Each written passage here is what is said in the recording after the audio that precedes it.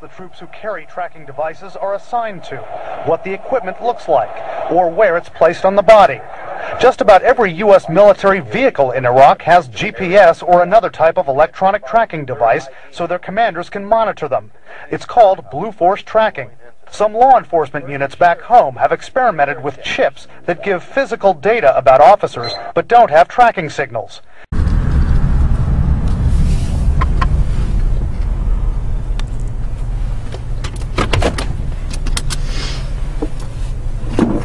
Altec Vista, seguridad.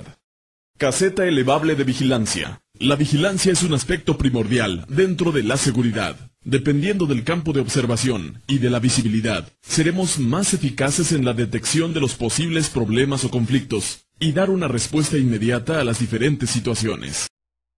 This is an amazing crime-fighting tool because it can focus in on people and objects up to 1.5 miles away, and before holiday thieves know it, they're caught on tape.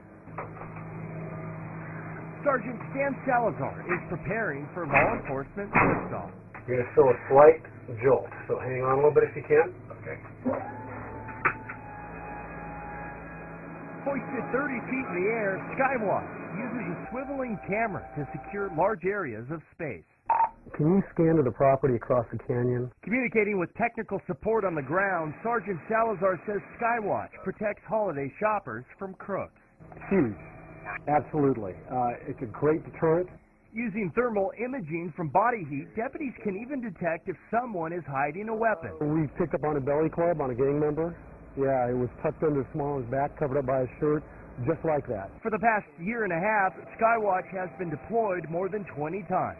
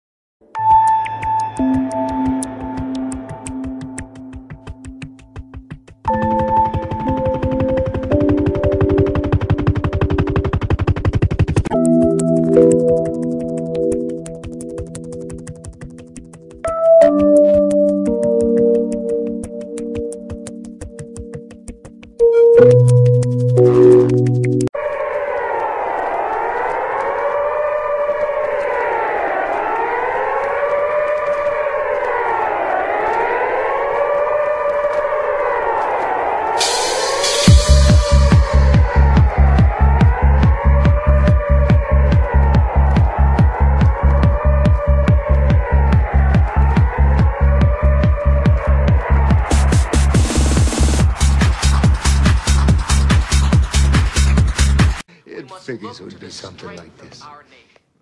Fire.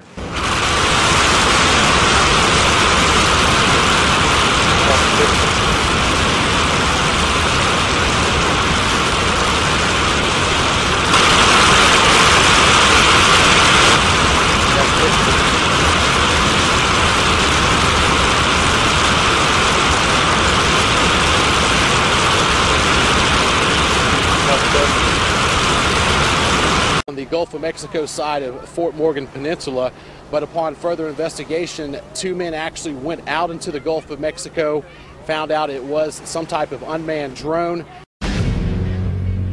Predator B is an unmanned super stealth plane that sweeps over the Arizona-Mexico border like a silent watchdog in the sky.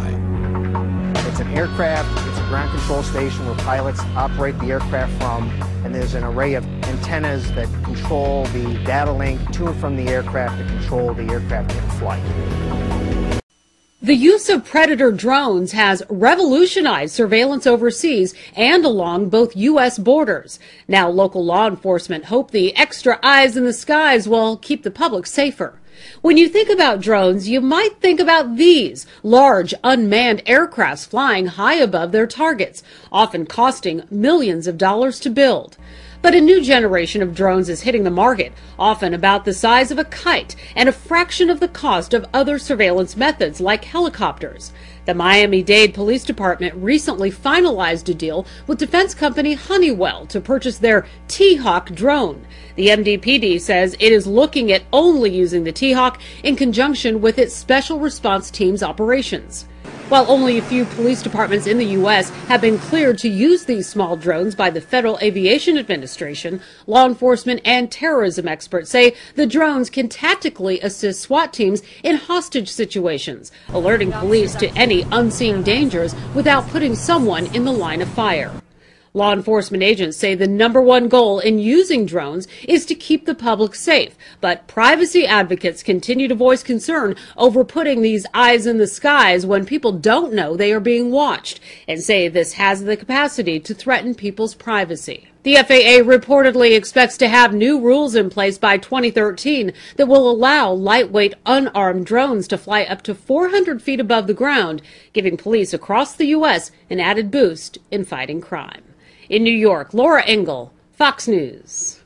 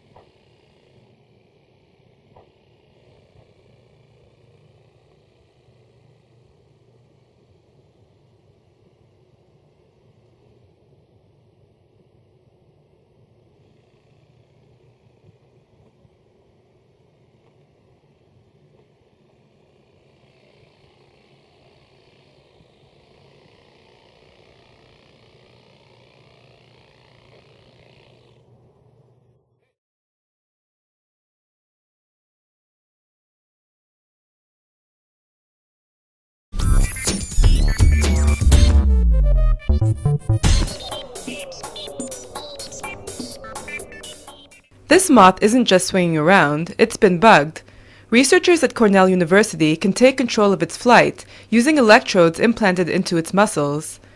Here, signals are sent to its left flight muscle to make it lift that wing. Different signals can be sent for it to lower its wing, to lift both wings at once, or to make them flap. Increasing the frequency of the pulse makes the wings beat faster.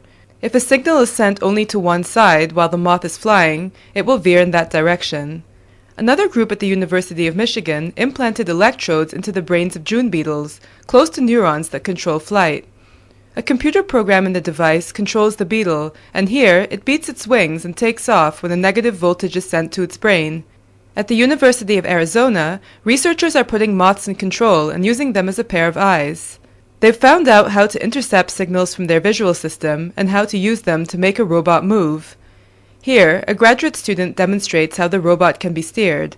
Combining living and machine components could eventually make robotic systems more effective.